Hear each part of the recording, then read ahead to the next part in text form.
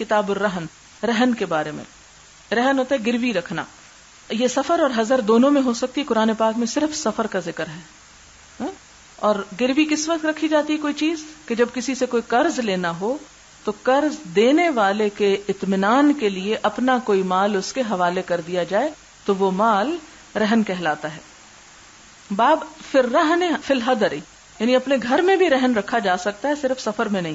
وقولہ تعالی وان کنتم علی سفر، کیونکہ قرآن پاک میں اللہ تعالیٰ کو فرمانا ہے کہ اگر تم سفر میں ہو، ولم تجدوا کاتبا، اور لکھنے والا نہ ملے، فرہان مقبوضہ، تو پھر گروی قبض کر لے، یعنی گروی کو مضبوطی کے ساتھ رکھ لے، حفاظت سے رکھ لے. حدثنا مسلم بن ابراہیم حدثنا ہشام حدثنا قتادہ عن انس رضی اللہ عنہ قال وَلَقَدْ رَهَنَ النَّبِيُّ صلی اللہ علیہ وسلم دِرْعَهُ. پیچھے حدیث گزر چکی جس کا معنی ہے کہ نبی صلی اللہ علیہ وسلم نے اپنی زرہ رہن میں رکھی تھی، بشعیر، جو کے بدلے میں. یہ یہودی کے پاس رکھی تھی، آپ کو یاد ہوگا. وَمَشَيْتُ إِلَى النَّبِيِّ صلی اللہ علیہ وسلم، اور میں نبی صلی اللہ علیہ وسلم کے پاس گیا تو دیکھا کہ آپ کے پاس کیا ہے، بخبز شعیر، جو کی روٹی ہے، وإحالة سنخة، اور بدبودار چربی اس کے اوپر.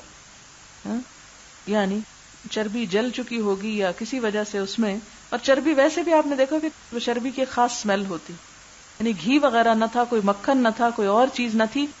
جو کی سوکھی روٹی اور اس پر جو چربی لگی ہوئی تھی یا چربی جو استعمال ہوئی تھی اس کے پکانے میں، اس میں سے بھی اسمیل آ رہی تھی. اور ہم اچھے بھلے کھانوں کو چھوڑ دیتے ہیں اور بہت چوزی بنتے ہیں. وَلَقَدْ سَمِعْتُهُ يَقُولُ مَا أَصْبَحَ لِآلِ مُحَمَّدٍ صلی اللہ علیہ وسلم إِلَّا صَاعٌ وَلَا أَمْسَى وَإِنَّهُمْ لَتِسْعَةُ أَبْيَاتٍ. راوی کہتے ہیں، حضرت انس کہتے ہیں کہ میں نے حضور صلی اللہ علیہ وسلم کے گھر والوں کے پاس صبح اور شام 1 صاع اناج کے سوا کچھ نہ دیکھا، کچھ نہ پایا. یعنی اپنے گھر میں کتنا کھانا رکھتے تھے بچا کے آئندہ کے لیے، سال بھر کے لیے نہیں، ایک صبح یا شام کے لیے. وَإِنَّهُمْ لَتِسْعَةُ أَبْيَاتٍ، اور آپ کے 9 گھر تھے، 9 جگہ پہ آپ کو دینا ہوتا تھا. یہ بھی آپ کے معجزات میں سے ہے ایک. باب من رہن درعہ، زرہ کو گروی رکھ لینا. حدثنا مسدد حدثنا عبد الواحد حدثنا الأعمش قال تذاکرنا عند ابراہیم الرہن والقبیل فی السلف. اعمش کہتے ہیں کہ ہم نے ابراہیم نخی کے پاس بیع سلم میں گروی اور ضمانت کا ذکر کیا. فقال ابراہیم حدثنا الاسود عن عائشہ رضی اللہ عنہا ان النبی صلی اللہ علیہ وسلم اشترى من یہودی طعام، کہ نبی صلی اللہ علیہ وسلم نے ایک یہودی سے غلہ خریدا یا جو خریدے، الی اجل، ایک مدت تک، ورہنہ درعہ، اور ان کے پاس اپنی زرہ گروی رکھ دی. کہتے ہیں اس کا نام ذات الفضول تھا، اس زرہ کا نام. اور ایک روایت میں آتا ہے کہ وفات سے پہلے زرہ چھڑا لی تھی آپ نے، اور ایک میں آتا ہے کہ آپ کی وفات تک وہ گروی ہی تھی. باب رہن السلاح، ہتھیار گروی رکھنا، یعنی کیا کیا چیزیں گروی رکھی جا سکتی ہیں کسی کے پاس. حدثنا علی بن عبد اللہ حدثنا سفیان قال عمر سمعت جابر بن عبد اللہ رضی اللہ عنہ یقول قال رسول اللہ صلی اللہ علیہ وسلم من لکعب بن الاشرف، کون ہے جو کعب بن اشرف سے نپٹے. اس کا واقعہ بھی قرآن کی تفسیر میں آپ کو بتا چکی ہوں، جو حضور صلی اللہ علیہ وسلم کی حجب کہتا تھا اور آپ کو بہت اذیت دیتا تھا. فإنه آذى الله ورسوله، کیونکہ یہ کعب بن اشرف یہودی تھا، اللہ اور اس کے رسول کو اذیت دیتا ہے، دکھ دیتا ہے. فقال محمد بن مسلمہ، تو محمد بن مسلمہ کہتے ہیں انا، میں کروں گا. فاتاہ، تو وہ اس مہم پر آتے ہیں کس کے پاس؟ کعب بن اشرف کے پاس. فقال، اور بڑے ہیلے بہانے سے کام لیتے ہیں، اردنا ان تسلفنا وسقا او وسقین، ہم چاہتے ہیں کہ تم ہمیں قرض دو 1 وسق یا 2 وسق غلہ.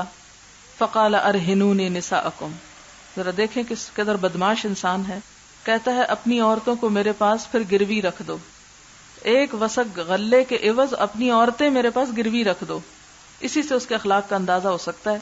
قالوا کیف نرہنک نساءنا وانت اجمل العرب، غصے کے باوجود بڑا خوبصورت جواب دیتے ہیں. کہتے ہیں بھلا ہم تیرے پاس اپنی عورتوں کو گروی کہاں سے رکھیں جبکہ تم سب سے خوبصورت ہو عربوں میں سے، یعنی ہماری عورتیں فتنے میں پڑ جائیں گی تمہارے حسن کی وجہ سے. یعنی حالانکہ اس کے پہلے ہی بات ایسی تھی کہ اس کی گردن اڑا دی جاتی، لیکن مزید ٹریپ کرتے ہیں. قال، بولا فرہنونی ابناکم، ٹھیک ہے اپنے بیٹے گروی رکھ جاؤ میرے پاس. قالوا کیف نرہن ابناءنا، ہم کس طرح اپنے بیٹوں کو گروی رکھیں؟ فیسب احدہم، تو لوگ گالی دیں گے، باتیں بنائیں گے، فیقالو، تو کہا جائے گا رہن بوسق او وسقین، کہ یہ بچہ ایک وسق یا 2 وسق غلے پر گروی رکھا گیا تھا، یعنی وہ اس بچے کے لیے ساری عمر کا تانا بن جائے گا.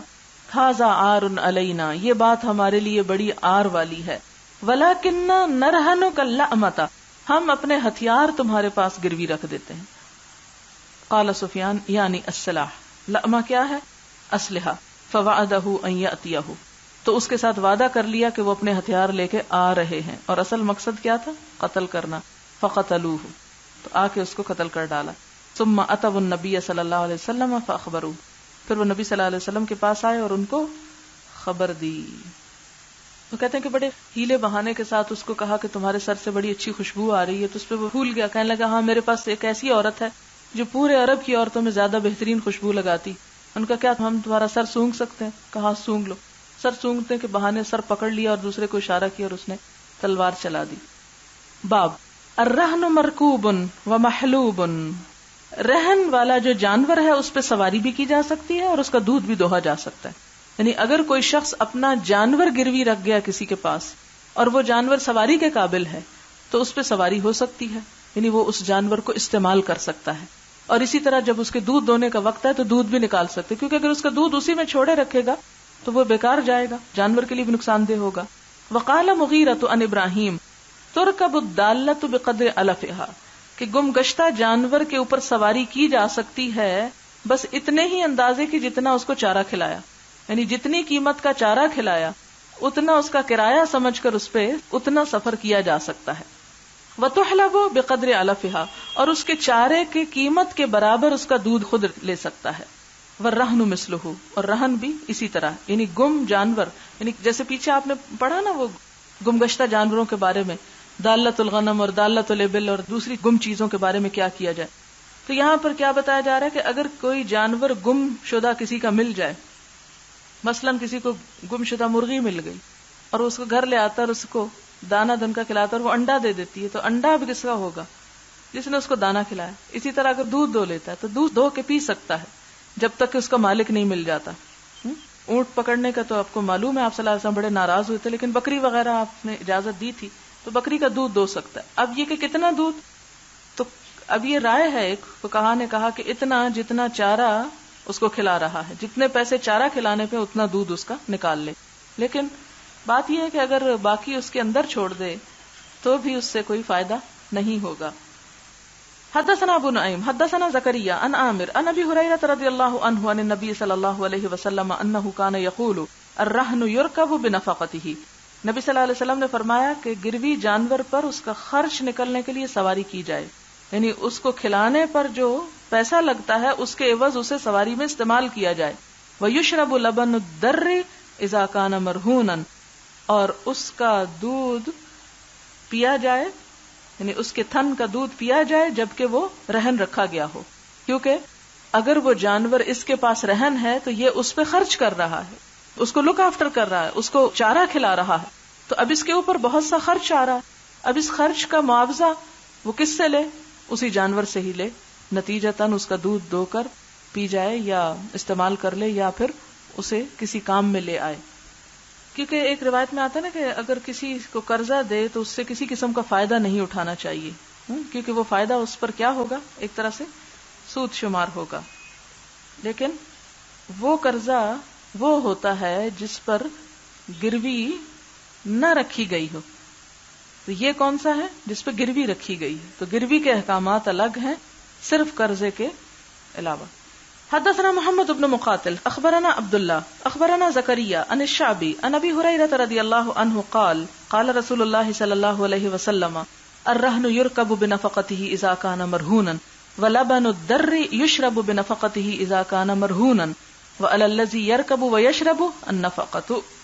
تو جو کوئی سواری کرے یا دودھ پیے وہی اس کا خرچہ بھی اٹھائے. پھر یہ نہیں کہ خرچہ مالک اٹھا رہا ہے جس نے گروی رکھا ہے اور دودھ گروی رکھنے والا پی رہا ہے، یعنی جس کا خرچ آئے گا فائدہ اٹھانے کا حق اس کو حاصل ہوگا.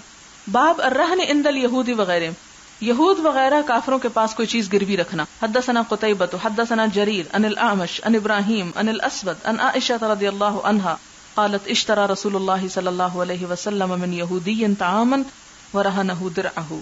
باب اذا اختلف الراهن والمرتهن ونحوه فالبینۃ علی المدعی والیمین علی المدعى علیہ.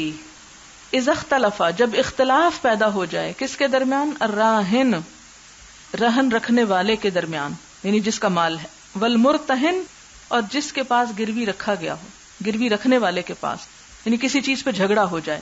فالبینۃ تو گواہی لانی ہوگی علی المدعی مدعی کو، یعنی مدعی گواہ لائے گا اور مدعا علیہ جو ہے وہ قسم کھائے گا. یعنی اگر ایک چیز جو ہے کسی نے کسی کے پاس گروی رکھی اور جس کے پاس گروی رکھی وہ اسے اپنی بنا لیتے، وہ کہتے ہیں یہ میری ہے. مثلا مجھے 10 روپے چاہیے تھے تو مجھے پتا تھا کوئی نہیں دے گا، تو میں کسی کہتی ہوں کہ یہ میرا پین لے لو اور مجھے 10 روپے دے دو. اب وہ کیا کرتا ہے، جس کے پاس میں نے گروی رکھی وہ اس پین کو اپنی ملکیت ظاہر کرنے لگتا ہے. وہ کہتا نہیں یہ تمہارا نہیں تھا، یہ تو تھا ہی میرا. گروی ایک طرح سے امانت ہوتی ہے. اب یہ شخص گروی جس نے رکھی وہ کہتا نہیں یہ پین میرا تھا، دونوں میں جھگڑا پڑ گیا، وہ کہتا نہیں یہ میرا ہے، یہ کہتا ہے میرا ہے. اب فیصلہ کس طرح ہوگا؟ اس کا ایک اصول طے کر دیا گیا. اصول یہ کہ مجھے اس پین کو اپنا ثابت کرنے کے لیے کیا کرنا ہوگا؟ گواہ پیش کرنے ہوں گے، 2 گواہ. اور اگر میں گواہ نہیں لا سکتی، کوئی گواہی نہیں، کسی کو پتہ ہی نہیں کہ یہ میرا پین تھا، تو گواہی کون دے گا؟ تو پھر کیا ہوگا؟ جو دوسرا مدعا علیہ ہے جس پہ دعویٰ کیا جا رہا ہے وہ قسم کھائے گا اپنے حق میں کہ یہ میرا، اس کو گواہ لانے کی ضرورت نہیں. اور اگر وہ قسم کھا لے تو چیز اس کی ہو جائے گی. لیکن اگر وہ قسم نہ کھائے تو کیا ہوگا؟ یہ چیز واپس کس کی بنے گی؟ مدعی کی ہو جائے گی. اور آپ کو یاد ہوگا سورۃ الانعام میں آپ نے ایک رکوع پڑھا تھا جو میں نے کہا تھا کہ معنی، تفسیر اور اعراب کے اعتبار سے مشکل ترین رکوع ہے. وہاں بھی میں نے مدعی اور مدعا علیہ کی بات کی تھی اور یہ اصول بتایا تھا کہ مدعی کو گواہ لانے ہوتے ہیں اور جس کے اوپر گواہی دی جا رہی ہے اس کو قسم کھانی ہوتی ہے. اور اس پہ جو حدیثیں آ رہی ہیں ان میں سے بھی آپ نے پڑھ رکھی ہے پہلے. حدثنا خلاد بن یحییٰ حدثنا نافع بن عمر ان ابن ابی ملیکۃ قال كتبت الى ابن عباس فكتب الي. کہتے کہ میں نے ابن عباس کی طرف لکھا تو انہوں نے میری طرف جواب میں لکھا. ان النبی صلی اللہ علیہ وسلم قضى ان الیمین علی المدعى علیہ، کہ نبی صلی اللہ علیہ وسلم نے ایسے جھگڑوں کے مقدمے میں جو فیصلہ کیا ہے وہ کیا ہے کہ مدعا علیہ سے قسم لی جائے گی. مدعی قسم سے بات نہیں ثابت کر سکتا، مدعا علیہ قسم سے اپنا حق جتا سکتا ہے. حدثنا قتیبۃ بن سعید حدثنا جریر عن منصور عن ابی وائل قال قال عبد اللہ رضی اللہ عنہ من حلف علی یمین یستحق بها مالا وهو فیها فاجر. حضرت عبداللہ بن مسعود نے کہا جو کسی کا مال لینے کے لیے جھوٹی قسم کھائے، من حلف علی یمین یستحق بها مالا، کہ جس سے وہ کسی مال کا مستحق بن جائے، وهو فیها فاجر، حالانکہ وہ اس میں فاجر ہے یعنی جھوٹا ہے. لقی اللہ، وہ اللہ سے ملاقات کرے گا، وہو علیہ غضبان، کہ اللہ تعالیٰ اس پر شدید غضبناک ہوں گے. غضبان فعلان کے وزن پر مبالغے کا صیغہ ہے. ثم انزل اللہ تصدیق ذالک، پھر اللہ تعالیٰ نے اس بات کی تصدیق میں یہ آیت نازل فرمائی، ان الذین یشترون بعہد اللہ وایمانہم ثمنا قلیلا، جو اللہ کے عہد اور اپنی قسموں کو تھوڑی قیمت کے عوض بیچ ڈالتے ہیں. فقرا الی عذاب علیم، تو ان کے لیے دردناک عذاب ہے. ثم ان الاشعث بن قیس خرج الینا فقال ما یحدثکم ابو عبد الرحمن، پھر اشعث بن قیس جو تھے وہ ہمارے پاس آئے، کہنے لگے کہ ابو عبد الرحمن تمہیں کیا کہہ رہے تھے؟ یہ کون ہے ابو عبد الرحمن؟ عبداللہ بن مسعود.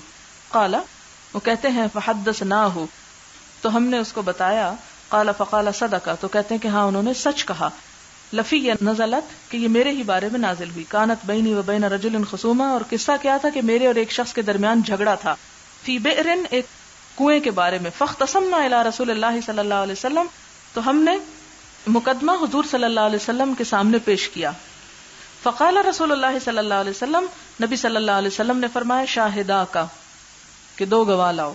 او یمینہ، یا پھر مدعا علیہ جو ہے وہ قسم کھائے گا. قلت، تو میں نے کہا انہ اذن یحلف، کہ یا رسول اللہ پھر تو وہ قسم کھا جائے گا، وہ تو پہلے ہی جھوٹا ہے، ایک جھوٹی قسم کھانا اس کے لیے کیا مشکل ہے. ولا یبالی، اور کچھ پرواہ نہ کرے گا. فقال رسول اللہ صلی اللہ علیہ وسلم، تو نبی صلی اللہ علیہ وسلم نے فرمایا من حلف علی یمین یستحق بها مالا، جو شخص کسی کا مال کھانے کے لیے جھوٹی قسم کھائے تو پھر کیا ہوگا؟ وہو فیہا فاجر، اور وہ اس میں جھوٹا ہے. لقی اللہ وہو علیہ غضبان. ثم انزل اللہ تصدیق ذلك ثم اقترأ هذه الآية ان الذين يشترون بعهد الله وأيمانهم ثمنا قليلا الى ولهم عذاب علیم.